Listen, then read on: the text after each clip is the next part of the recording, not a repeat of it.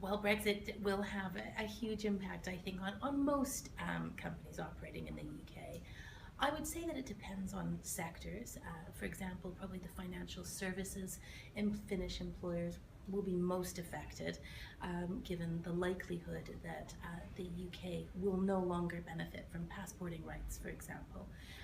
So I think it's being aware of what's going to happen with respect to the trade agreements that are to be negotiated, ideally in the next 2-year period, but potentially in the much longer term.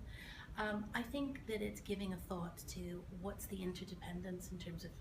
data protection practices in the UK for those Finnish employers.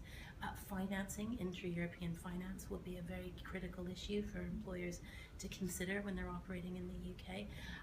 as well as in the labor value chain and the HR implications will be most critical, particularly immigration beyond the 2-year period.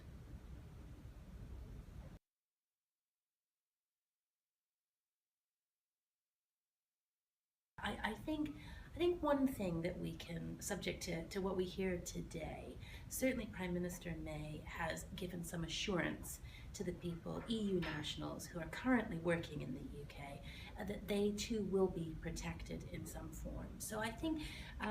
both Finnish employees and employers can take some comfort that whatever changes are going to take place won't impact those individuals, at least not for the short term, for the next 2 years at the very least, and potentially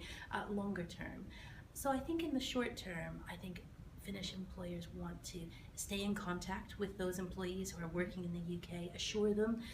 give them the comfort that they are looking out for what changes will impact them.